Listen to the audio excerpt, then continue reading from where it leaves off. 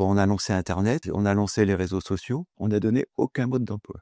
On voit ce que ça donne. Avec l'IA, c'est la même chose. C'est comme si on mettait à disposition une Formule 1 à des gens qui n'ont pas le permis de conduire. Donner une Formule 1 à quelqu'un qui ne sait pas conduire, ça me paraît assez grave, surtout si c'est en dehors d'un circuit. Je m'intéresse à l'intelligence artificielle depuis maintenant plus de 40 ans. J'ai fait toute ma carrière dans le domaine bancaire où j'étais directeur informatique. Mon rôle, en fait, c'était d'automatiser les tâches qui, pour la plupart, à l'époque, étaient manuelles. Et aujourd'hui, toutes les banques sont automatisées, c'est-à-dire qu'on peut faire partir tous les employés en même temps et les banques continueront de tourner toutes seules.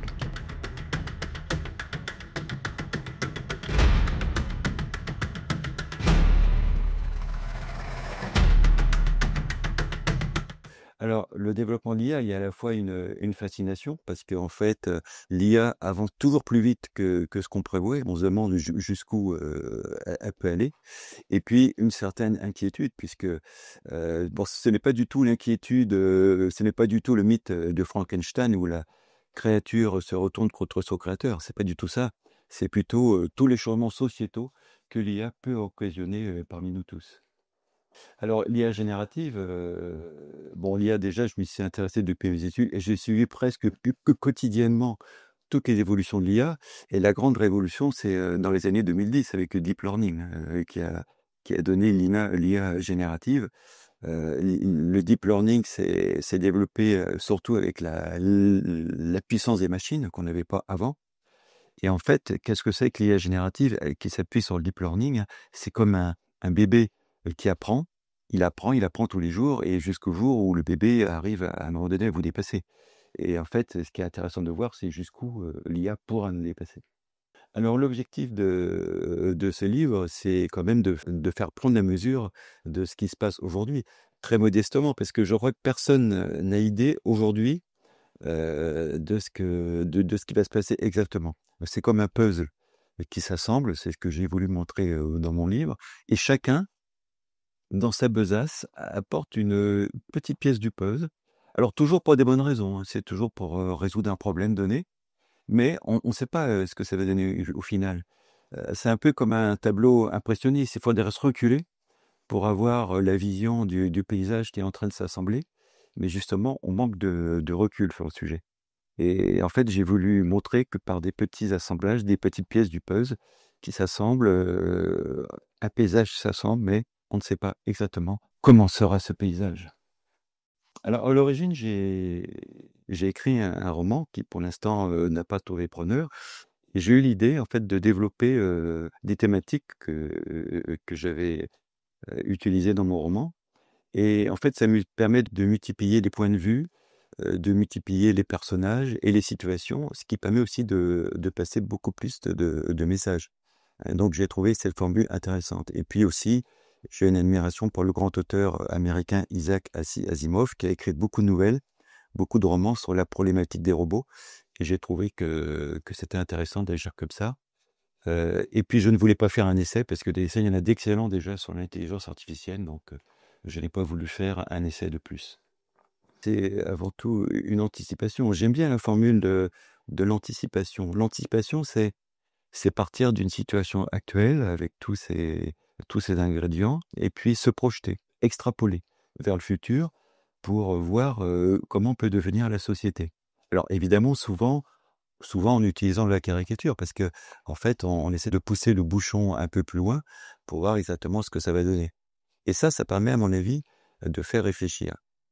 Et ce que je n'aime pas, en fait, c'est écrire sur le quotidien, parce que ce que tous les gens connaissent, finalement, ils vivent dans la vie de tous les jours. Et ce que j'aime, en fait, c'est faire réfléchir. Le fait de réfléchir, ça permet d'alerter, ça permet d'explorer différents horizons et donc se poser des questions qui sont intéressantes sur l'avenir.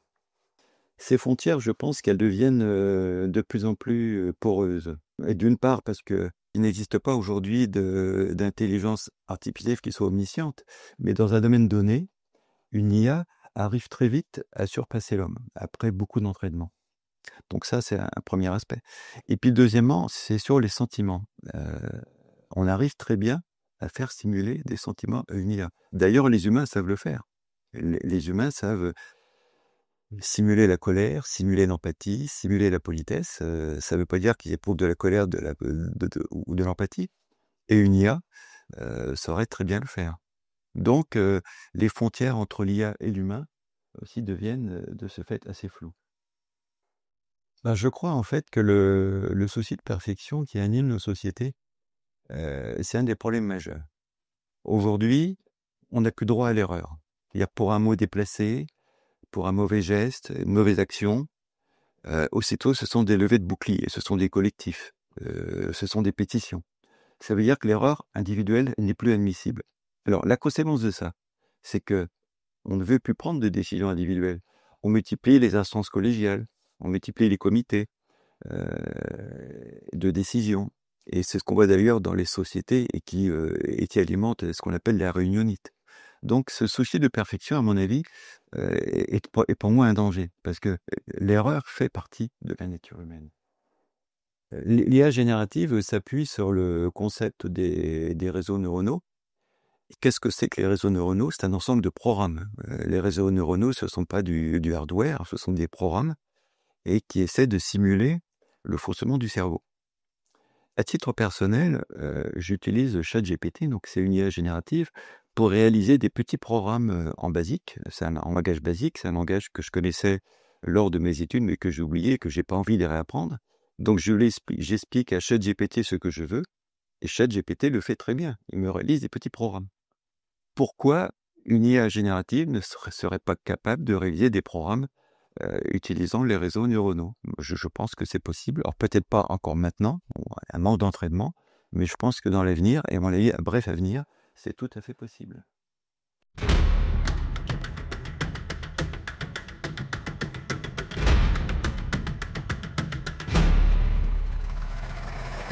pense que c'est une mauvaise critique sur Geoffrey Hinton. C'est quand même celui qui a posé les concepts du deep learning dans les années 80.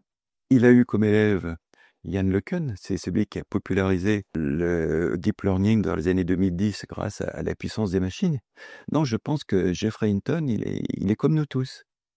Il ne sait pas ce qui va se passer. Il ne sait pas comment le paysage va s'assembler. Et en fait, c'est là, à mon avis, la difficulté, et c'est là le danger. Mais on ne peut pas dire que Geoffrey Hinton ne connaît rien au sujet. C'est un des plus grands experts, à mon sens, du sujet. C'est toujours le problème du puzzle qui s'assemble.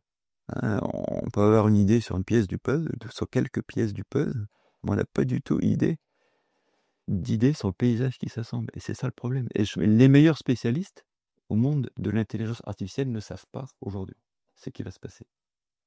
Alors l'image de la Formule 1, elle est extrêmement intéressante. C'est la question du mode d'emploi. Avant tout ce qui a précédé l'intelligence artificielle, on n'a donné aucun mode d'emploi. C'est-à-dire qu'on a lancé Internet, on a lancé les réseaux sociaux, on a lancé les messageries, on a lancé les smartphones, on n'a donné aucun mode d'emploi. On voit ce que ça donne. Avec l'IA, c'est la même chose. Il va manquer le mode d'emploi. C'est comme si on mettait à disposition une Formule 1 à des gens qui n'ont pas le permis de conduire. Ça me semble assez grave, surtout si c'est en dehors d'un circuit. Une IA peut avoir un jugement moral dès lors qu'on lui apprend ce qui est moral, qui est immoral. Toutefois, avec un bémol. Hein. Il y a 100 ans, ce qui était immoral et ce qui était moral ne l'est plus aujourd'hui, et vice-versa. Ce qui était immoral peut devenir moral, ce qui était moral peut devenir immoral. Donc, l'IA va devoir savoir ce que c'est, ce qui est moral et immoral selon les situations du jour. Mais avec de l'entraînement, si on lui apprend ce que c'est que le bien, selon les critères du jour, ce que c'est que le mal, selon les critères du jour, elle peut très bien y arriver. C'est une question d'entraînement. Et elle pourra émettre des jugements. Quand on ne fait plus certaines choses, on en perd la pratique. Il y a 50 ans, chacun faisait du calcul mental. Il n'existait pas les calculettes électroniques. Aujourd'hui, beaucoup moins de personnes font du calcul mental. On se repose sur les calculettes électroniques. Avec l'IA, ça peut être la même chose. On va se reposer sur l'IA, on pense qu'on sait le faire, mais au bout de quelques années de non-pratique, on aura oublié la pratique. Et en fait, c'est réellement une dépossession. Alors le travail manuel, ça sera le plus difficile à remplacer en fait, parce qu'il faudra des machines quand même assez élaborées pour faire du jardinage à notre place, pour faire le ménage, pour faire du repassage.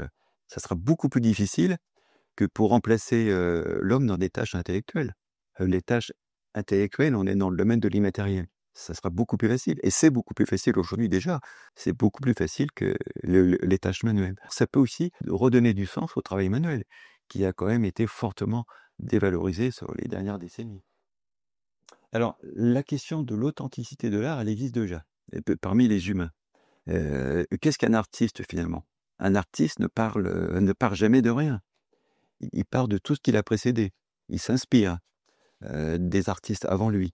Et en fait, avec son talent, il va pousser l'œuvre beaucoup plus loin, en s'inspirant de tout ce qui a été fait avant lui. Une IA peut faire la même chose. Elle va s'inspirer, que ce soit dans le domaine de la littérature ou dans le domaine de la peinture, elle va s'inspirer de ce qui a été fait avant et elle va pousser plus loin avec quelques créations qui lui sont propres. Et en fait, l'art, c'est une succession d'étapes, hein. Quand on voit l'évolution de la peinture depuis le classicisme jusqu'à maintenant, jusqu'à la peinture contemporaine, on voit qu'il y a eu des dizaines de petites étapes qui ont fait évoluer la peinture. Et à chaque fois, chaque artiste s'est inspiré de ce qui s'est fait avant. Donc pour l'IA, ça sera la même chose. On veut des hommes parfaits dans tous les domaines. On veut des hommes politiques parfaits, on veut des dirigeants d'entreprise parfaits. Et qu'est-ce qui peut être parfait? C'est la machine, c'est l'IA. La machine et l'IA ne commettent pas d'erreur. Et donc, on veut que les hommes copient les machines. Et en faisant ça, on prépare l'avènement des machines, tout simplement. Alors, qu'est-ce qui va rester à l'homme? C'est encore le danger. L'homme a une tendance naturelle, hein, ça peut être la paresse, par la paresse, mais il a une tendance naturelle au divertissement. Il n'a pas une tendance naturelle à s'instruire. Il y a ces solutions de facilité et ces dangers d'une société qui serait uniquement consacrée au divertissement. Je reviens encore sur ce thème, mais ça me semble un thème fort.